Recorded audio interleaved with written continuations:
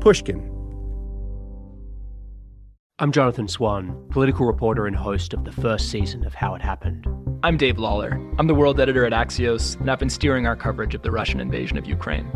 For our fourth season of How It Happened, we'll explain exactly how the invasion of Ukraine happened in slow motion over the last 8 years, and then suddenly escalated all at once.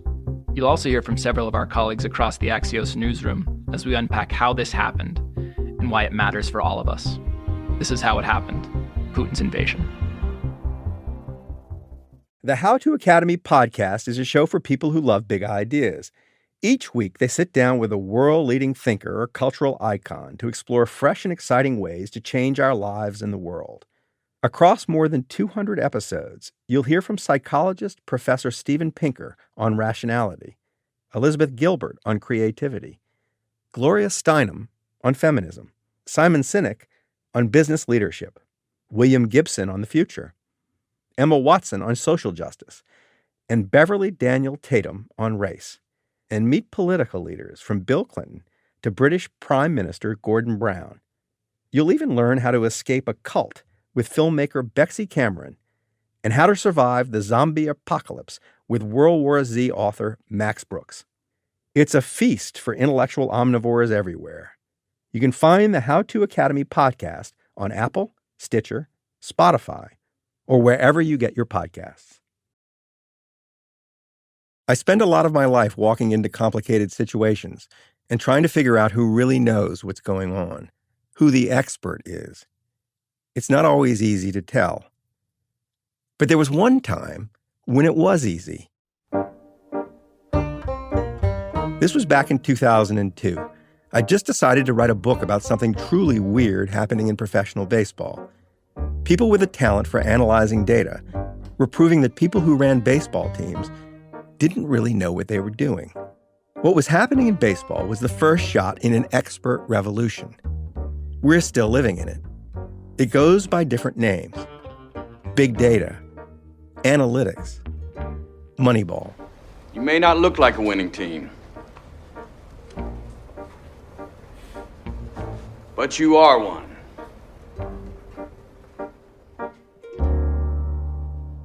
Back in 2002, it was instantly clear who the expert was. His name was Bill James.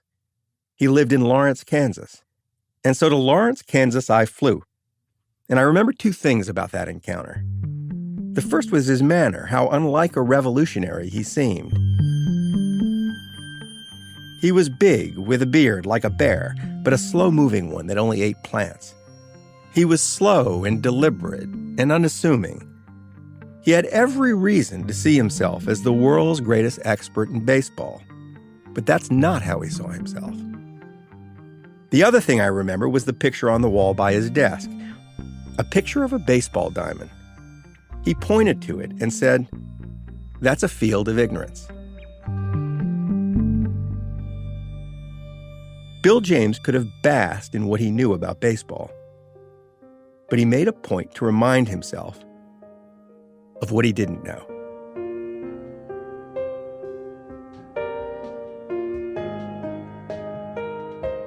I'm Michael Lewis.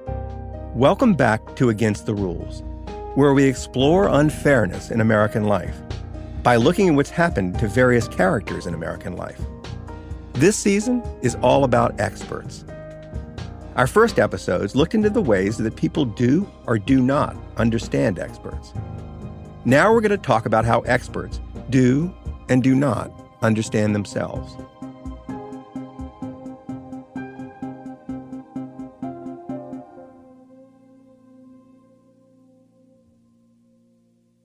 Our entire society is like baseball was when I wandered in to write a book about it. We have this talent for generating new knowledge, which we then proceed to ignore. This was Bill James's experience for much of his life. How and why did you get interested in the game of baseball? I suppose I got interested in baseball in the same way that many other people do. The 1961 season was a fascinating season, and I was 11 years old and discovered baseball cards that spring and just got instantly hooked on them and never quite grew out of it. Did you ever play? Yes, but not well enough to talk about. I'm a very bad athlete. I'm not highly competitive. So it was always your interest in baseball was always from the point of view of a fan. Yes. The score at the end of 5 innings, Yankees 2. He wasn't like most kids. He didn't dream of playing baseball, of having the experience. And he didn't grow out of his childhood obsession. He grew into it. If I'd have grabbed you and said, Bill, please explain to me, like, why you're interested in this to the extent you are, what would you have said? As to why I was interested in it, it filled a hole in my soul somewhere. I'm not going to push you too hard on this, but the hole in the soul. What was the hole in the soul that this stuff filled? I had a difficult childhood.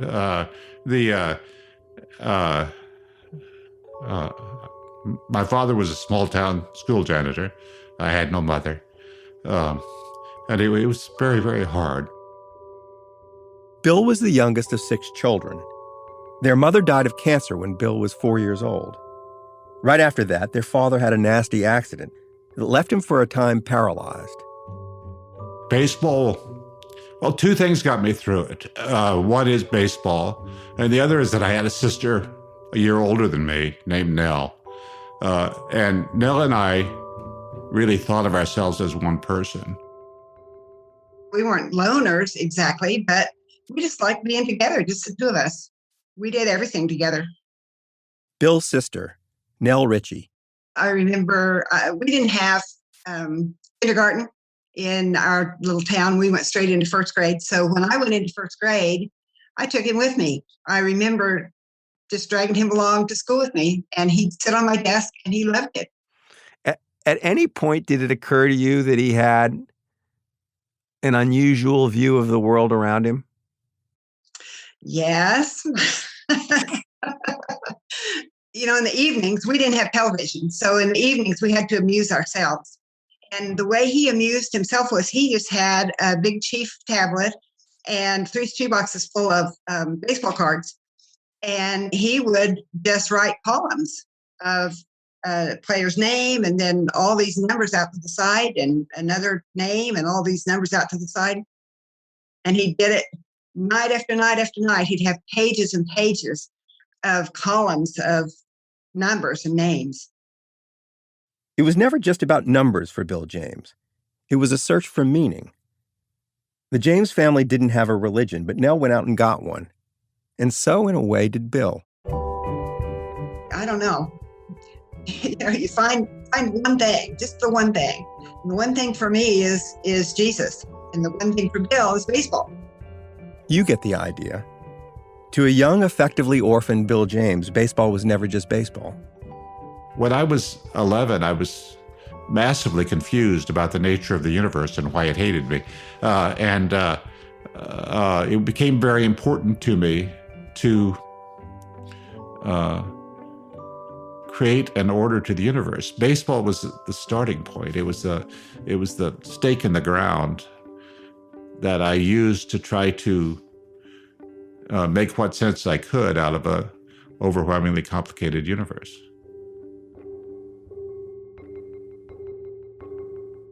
Why is it such a particularly good place to do the kind of thinking you did? Baseball is very, very orderly. In baseball, the players take turns. They stop at marked off points, point 1 or point 2 or point 3, or they come home. There are a number of outs. It's an extremely orderly universe. Aiming the ball and just pushing it toward the plate with that bad arm. Throw to first, not in time. Johnny Lewis diving back. Life could feel senseless, but baseball could be fully understood. And it seemed to be understood. To hear the insiders talk, you'd think the big things worth knowing were already known. Year before last, the 1963 season, Washburn won 5 in a row at the start of the year. And that's when he suffered the At what point in your life do you first recall having thoughts about the game that might be different from the thoughts that are coming out of the mouths of announcers and sports writers and the kind of people who talk publicly about the game. In 1966, there was an article in the Sporting News saying that the Dodgers were thinking about whether they could keep Wes Parker in the lineup. I don't know who Wes Parker is either, but that's okay. Wes Parker isn't the point here. The point is the young Bill James and the way he mulled over what everyone else was saying. Wes Parker was a very fine defensive first baseman, but he didn't hit. And they were thinking about whether they could afford to keep him in the lineup, although they said he probably saves the Dodgers a hit per game with his glove. It struck him that the value of taking a hit away from the other team was the same as getting a hit for your team. If Wes Parker in every game took a hit away from the other team, then Wes Parker was in effect a .470 hitter. That would make him the best hitter who ever lived. And if Wes Parker was the best hitter who ever lived, you'd better keep him in the lineup, no matter how bad he was at everything else. I wrote a 12 to 15-page letter and sent it to the Sporting News, which you can imagine what their reaction to that was. Anyway, let us say they did not publish it. So by 1966, I was quite certainly having chains of thought about the game that were different than what I was being told. You were already thinking this is worth arguing about. Yes. Bill was only 16 at the time. His sister Nell soon left home and got married. Bill went to college at the University of Kansas. He took classes in economics, but only because he saw that he could apply economics to baseball. From a distance, his life seemed almost normal. Only his sister was close enough to see that it wasn't. If I'd asked you, as he gets a bit older, what do you think is going to happen to your brother when he grows up? What do you think you might have said? What's he going to be? He went to college, he got his degrees, and then he didn't do anything with them. And I remember that, I was grown obviously by then, and I was just puzzled. What in the heck?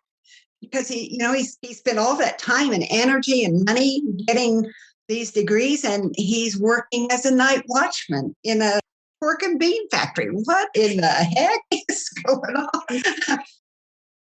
Bill James guarded pork and beans, and not just any pork and beans, Stokely Van Camp's pork and beans. They've been a part of the family for over a century. I used to eat those beans when I was a little kid, so it's possible Bill James was guarding my beans. One of America's great simple pleasures.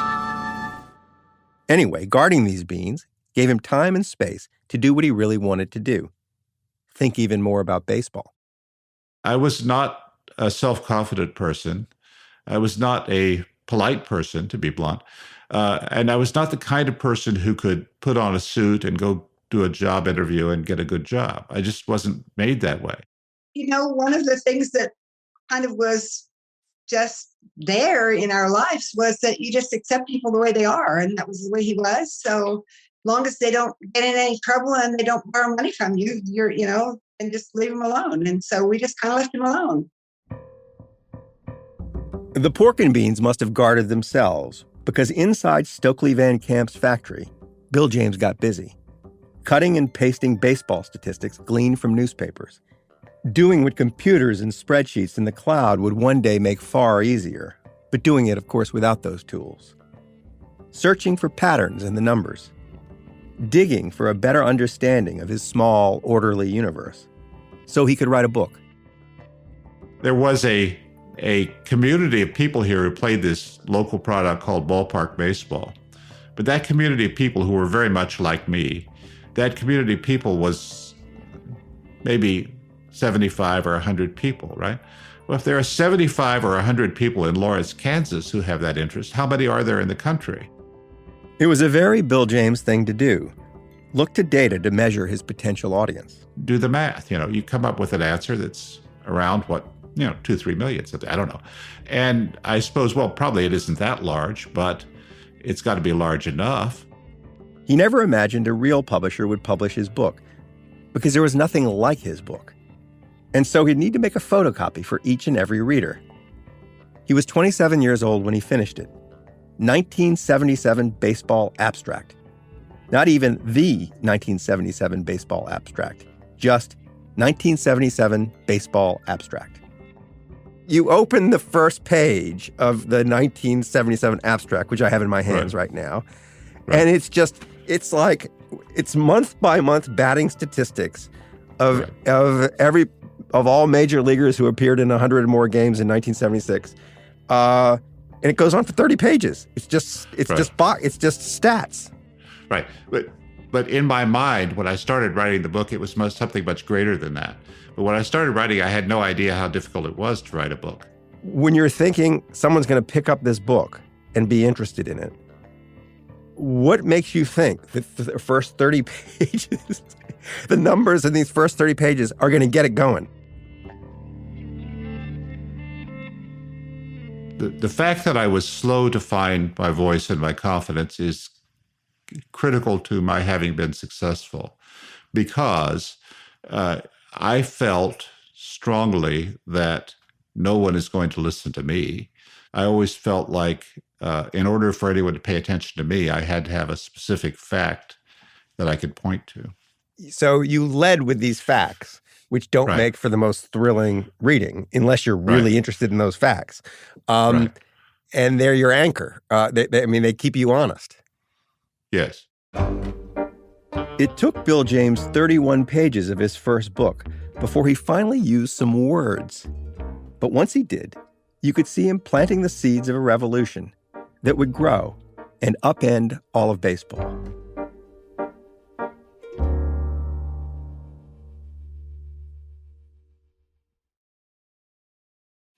Rising inflation is eating away at your savings, but it doesn't have to. Investing in real estate is a great way to hedge against inflation, generate cash flow, and build long-term wealth. Hey, I'm David Green, real estate investor, broker, and author. And on the Bigger Pockets Real Estate Podcast, I teach real estate investing strategies that work for real people like you and me. From strategies for getting started. A couple weeks after we closed, we had all the rooms rented out. And from that day to this, we have literally never missed a month's rent. To data-driven insights on today's hot market. 24 million millennials that are between 25 and 30, and they're just moving into wanting to buy a home. We cover short-term rentals, long-term rentals, passive investing mindset, and more. Are you ready to dive in? Then listen to the Bigger Pockets Real Estate Podcast, the #1 real estate investing podcast in the world. Just search Bigger Pockets in your favorite podcast app. More than 2 million young professionals read the Hustle's daily email for its informative take on the latest happenings in the business and tech industry. Now they're bringing their irreverent tone to the airwaves with a new podcast called The Hustle Daily. Every weekday, they share what you need to know about the biggest business headlines and why you should care about them. Recently, they've talked about how major companies like Google and Disney are facing labor issues and what making daylight saving time permanent would mean for the economy. Make sure you tune in on Wednesdays, where they go deep on one idea, trend, or industry, like the economics of doomsday preppers, or the story behind the world's most popular Airbnb listing. There really is something here for everyone, so take a quick second to search for the Hustle Daily Show on Apple, Spotify, or wherever you listen to podcasts. You won't regret it. Bill James' Baseball Abstract was not just about baseball. He was talking about the way human beings valued other human beings. He thought the experts of baseball were using the wrong statistics to judge the players. Errors, for example. The statistic assigned to players who made obvious mistakes on defense. What is an error? That's Bill reading what he wrote. It is, without exception, the only major statistic in sports which is a record of what an observer thinks should have been accomplished. It's a moral judgment, really, in the peculiar quasi-morality of the locker room. That judgment was made by the official scorekeeper, high up in some booth. That alone filled Bill James with righteous indignation. One has a play on a baseball field whenever one has the anticipation, the reflexes, and the speed to get where the play is. If one does not have the, in short, talent to get to the play, then one doesn't have a play and can't be charged with an error. The official scorer doesn't charge anybody with a lack of talent. You have to do something right to get an error. Even if the ball is hit right to you, then you were standing in the right place to begin with. There was a lot more of this sort of thing in Bill's first book, a lot of it seemingly obvious, yet original and startling. But to let people know of his book's existence, Bill could afford only a small ad in the sporting news. The ad even promised readers that they could have their money back if they didn't like it. I mean, my second edition of the book sold 300 copies. And I was like, wow, I sold 300 copies. I had very low expectations, and I was surprised that there were so many people who were interested in this. And at what point do you realize that, like, the key to thinking about baseball in a new and interesting way is going to involve a more sophisticated use of statistics than most sports writers and broadcasters and so on use them? What I realized was that a lot of what people said to be true about baseball was mathematically impossible. And by the way, this is still true today, that people in broadcasting baseball games will routinely make statements which are mathematically impossible. I always saw those, again, not by discipline or work, but just instinctively. Every year for the next 5 years, Bill wrote his baseball abstract and took orders for it. He and his wife, Susie, would photocopy it and mail it out. And his audience grew. A movement of like-minded souls gathered around him. He gave the movement a name, Sabermetrics. Saber was an acronym for the Society for American Baseball Research. Metrics was, well, metrics. Fans of Sabermetrics all had one thing in common. They were baseball outsiders.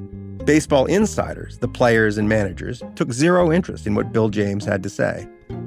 On the other hand, baseball fans applied what they learned from Bill to build teams in their fantasy leagues, and they were killing it. Then one day, Bill James got a phone call from the agent of a major league player entering arbitration. Arbitration is a bizarre process in baseball. The player and the team appear before a panel of 3 judges to argue about his next year's salary. You get into an arbitration case, what's the arbitrator want to know? This side says this player's really good, and this side says he's not so good. This side says he's comparable to this set of players. But what are the facts here? The player, in this case a pitcher, needed an expert to help him counteract his team's argument that he was worse than he claimed. His one-loss record was 9-16, but his offensive support had been very poor. In other words, my pitcher only seems to suck because your team sucks. And we introduced an exhibit showing that if his offensive support had been normal, his one-loss record probably been about 14-11. It wasn't necessarily the pitcher's fault that his team had lost, any more than it was necessarily a mother's fault that her kids had turned out badly. To evaluate any pitcher or any mom, you had to think some more about it. Bill James' next exhibit in the pitcher's defense made the argument that his one-loss record was simply a byproduct of the number of runs his team scored while he was pitching and the number of runs they allowed. It's basic now, right? I mean, something everybody knows, but at the time it's like, so that they had no response to that at all. So it's kind of great. It's kind of great that their ignorance is actually honest. That right. they aren't thinking the other side. The people who were running the baseball team actually aren't thinking. That's right. They weren't. But why weren't they thinking, Michael? They weren't thinking because they thought they knew. And that's what destroys me and all of us, keeps us from doing the things we could do, is the thinking that we know things that we don't actually know. This total outsider who is just trying to understand some little corner of the universe was creating smarter ways to value athletes. Just as athletes were becoming seriously valuable. Just as baseball salaries were going from tens of thousands of dollars to millions of dollars. The insiders still ignored Bill James, but the outsiders loved it. And in 1982, a real publisher offered him a book contract. Baseball is drowning in records, and people think about them and talk about them and write about them a great deal. Why doesn't anybody use them? I really don't know. But that, in essence, is what I am about here. Bill was now publishing without a photocopier or staples. His audience grew from thousands to hundreds of thousands, all baseball outsiders. He saw no sign that anyone inside a major league front office was listening to what he was saying, until these guys came along. Fly ball, this might do it. Maloney is calling for it. He's under it. Start the celebration. The Athletics have won the West. The Oakland A's. People inside their front office had been reading Bill James without telling anyone. They didn't have as much money as the other teams, yet they won more games. I went to see the team to try to figure out how they did it. The answer was simply that they were taking Bill James's thinking out onto the field. The book I wrote about them, Moneyball, wasn't just about baseball. It was about expertise, how this new knowledge enabled you to run circles around the rest of baseball. He gets on base a lot, Rocco. Do I care if it's a walk or a hit? Pete? You do not. I do not. My book popularized what Bill James had led the Oakland A's to do. Then Brad Pitt popularized the book by making a movie out of it. In that version, Bill James wound up on the cutting room floor. In the movie, he shows up in just a single photo and a few lines. People are overlooked for a variety of biased reasons and perceived flaws. Age, appearance, personality. Bill James and mathematics cut straight through that. It wasn't that Bill James was completely unknown. I mean, a lot of people knew who he was. Even before the movie came out, he'd had a cameo on The Simpsons. I made baseball as much fun as doing your taxes. Funny. Not true. Opposite of true. But like a lot of people who fire the first shot, Bill was sort of left behind by the revolution. He was eventually hired by the Boston Red Sox, and he became woven into the game. And Moneyball became a shorthand for a new way of doing things in every corner of American life. It's being called Moneyball for the restaurant industry. We'll show you how big data analytics is transforming the way you experience fine dining. Florida Senator Marco Rubio announced his campaign yesterday, and fundraisers are already calling him the Moneyball candidate. Tracking serial killers using math and statistics, it's kind of like Moneyball for murder. Moneyball for murder. There we go. After you wrote Moneyball, then there was a Bill James of everything. There was, there was somebody trying to apply my ways of thinking to every subject on earth. Did you find some of that interesting, or did you think that it was a false analogy, that there really wasn't a way to do what you did with baseball with lots of other things? A lot of it seemed interesting, but I was always frustrated that I couldn't help with it. A lot of people would ask me to help with serious problems about things, and people would ask what I thought about some cancer research they were doing, literally. And it's very, my parents died of cancer. I wish I could help here, but I don't know what the hell you're talking about. People want you to be an all-purpose expert. Yes. They figure you cracked baseball, you can crack cancer. Well, right. But he hadn't even cracked baseball, at least to his way of thinking. Even an orderly universe eluded perfect understanding. For some reason, people couldn't accept that. Bill's growing band of followers wanted to believe that he'd settled more questions than he actually had. If you're looking for the latest in sports news, check out The Morning Blitz. Their easy-to-read daily newsletter hits my inbox every weekday morning and catches me up on everything that happened in the world of sports the day before. If you're not a sports fan, don't worry. Their product is meant for everyone. They keep the casual fans in the know and the diehards in check. Their trivia stumps me every morning, too. Here's a trivia question for you. Who's the only pro athlete to play in both a World Series and a Super Bowl? Head to torchpro.com/morning-blitz. Sign up and find out in their welcome letter. You'll join the thousands of people, including Mark Cuban, Dana White, and more sports stars that wake up to the Blitz every weekday. Head to torchpro.com/morning-blitz and subscribe to their newsletter to become a smarter sports fan. I want to tell you about another podcast that tackles the big questions of the future. It's called Exponential View from the Harvard Business Review.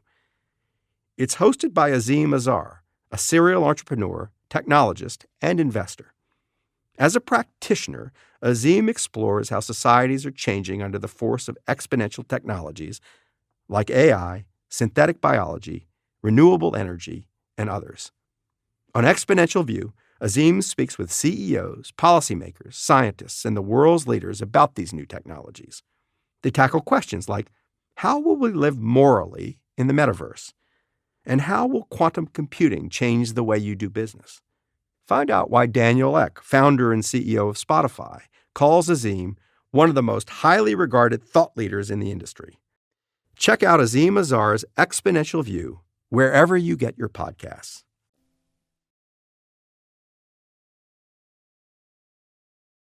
I almost want to read you some of it, but I assume you kind of remember it. I sort of half remember it. But you sort of half remember it, but I'm going to read a paragraph just to get you back in the spirit. Okay. That's me thumbing through 1988 baseball abstract. The Bill James of 1988 is at his peak. He's got a publisher and sells lots of books. He's become a kind of guru. And he's about to tell his readers to piss off. He's done writing for them. And I'm going to read one little passage because it's pretty great. But whereas I used to write one Dear Jackass letter a year, I now write maybe 30. I hate to say it, and I hope you're not one of them, but I am encountering more and more of my own readers that I don't even like. Nitwits who glom onto something superficial in the book and misunderstand its underlying message. And I don't remember writing that at all. But I haven't read it since I wrote it. Breaking the Wand, he called this long-forgotten essay. In it, Bill James announced that he was retiring from magic. He hadn't lost his interest in baseball. He'd lost his interest in the revolution. I don't want to steer the witness, but the thing, I'm just interested in the way you might have felt misused, misunderstood, like this thing that you started had metastasized into something that you didn't quite like. Yes, that was true at the time, and it still is. A lot of modern sabermetrics is stuff that I don't like and wish people would stop doing and stop saying. That's quite true. What kind of sabermetrics do you wish people would stop doing? Okay, actually, I'll spare you the details of the sabermetrics.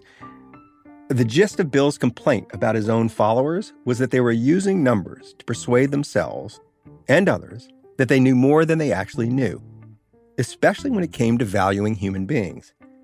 Very early in his career, he himself had hinted at the problem. The baseball abstract for 3 years has reverentially avoided rating people. It has been almost a point of honor, for a rating is a form of an opinion. If it is ground out of a formula, it becomes an opinion expressed in numbers. Bill himself had planted the seeds for an idea of summing up a player's value in a single number. But while he had serious reservations about it, his followers did not. They ran with it, creating a stat called WAR, or wins above replacement value. You and Bill James, you can break down your little numbers. And you gotta, I'll take Bill James, thank you. I'll take Bill James. Hey, let me give you something, dog, all right? Objective methodology, wins above replacement. But never mind what that means. Forget about baseball. Instead, think of all those numbers that substitute for understanding all sorts of things. Wines, universities, podcasts. We now quantify and then move on as if there's nothing more to say, when there's often a lot more to say. Baseball has WAR, Wall Street has VAR. VAR, or value at risk, was a single number dreamed up by financial quants in the late 1980s, so that a Wall Street CEO could supposedly see how much money his traders might make or lose in a single day. CEOs began to trust VAR over the advice of their own traders. After all, VAR was a number that claimed 99% accuracy. A low VAR number meant you were doing fine. VAR numbers were low for Wall Street firms right up to 2008. And then the risks that the traders took blew up the global financial system. The problem's not the numbers, obviously. It's how people use them. The numbers start out as tools for thinking. They wind up replacing thought. What I was always trying to do is open up the discussion to more ways of looking at the problem. And war or any other absolute measure has the opposite effect. It's not opening up the discussion. It's saying, okay, we're done. We're done. Bill watched as his followers found what they supposed were the final answers to some question, rather than the start of a new question. As they forgot all over again how hard it is to really know anything, even in a small, orderly universe like baseball. When I came to see you in Lawrence, when I was working on Moneyball, you had that picture on your wall of a baseball field, and you said, that's a field of ignorance. We think we know so much, but actually what we know is about the size of the infield. Do you still feel that way? Do you feel like most of what there is to know about what goes on in a baseball field and the people who play the game is sort of known? I feel that way more than now than I did then. Baseball had been a small part of the world in which Bill James might seek understanding. It was that for him when he was 11 years old. It was still that for him after 70. Every human being on Earth is trying to figure out how the world works all the time. And that the moment you're born, you're pitched into this search for understanding of the world. And that effort to understand the world dominates your life every day. It's more pervasive than the need for food, because once you eat, you don't care about that. It's more pervasive than the desire for sex. It's there all the time. You're always trying to figure out the world. But the world is vastly more complicated than the human mind, so you can never do it. So in that environment where everybody is trying all the time to figure out the world, but you can't do it, what happens? People latch on to explanations for things that seem to work. Bill James created a movement. That movement has replaced one expert with another. But the point of the movement wasn't simply to replace the expert. The point was to change the spirit in which the expert operates, to unsettle their explanations. Whenever I'm asked what's going to happen, I always want to answer, although sometimes I now remember not to. I always want to answer, how can you possibly be stupid enough to ask that question? I don't know what's going to happen. It's just not the nature of the world. But it is the nature of people that most of them will answer the question even if they don't know the answer. Yes. A boy wanders into a small and seemingly orderly universe. A universe that can be understood. A universe in which no one's mother has to die. A universe in which the experts seem to know everything there is to know. The young man teaches us that much of what the experts think they know is wrong. That lesson is hard enough to absorb, but there was a bigger one behind it. One that we failed, thus far, to learn.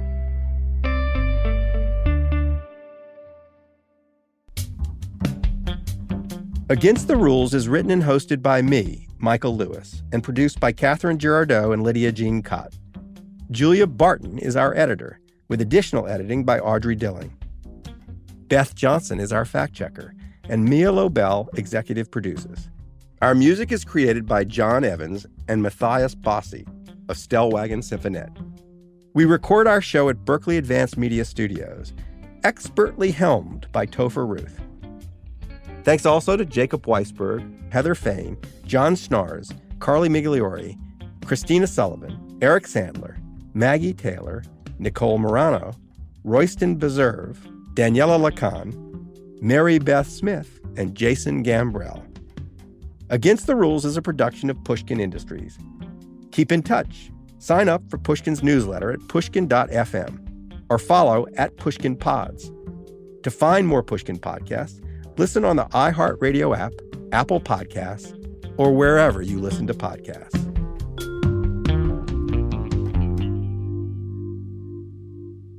Don't you think, Michael, don't you think that young people always vastly underestimate how easy it is to change the world? I think young people assume that the world is just what it is, and they don't actually realize how easy it is to change many things. It's almost the opposite of what most people would say, because young people seem to be the ones who are agitating to change the world. Right. But I think you might be right. I think so. What you're saying is you underestimated the effect on the world you might have. Very much, yes.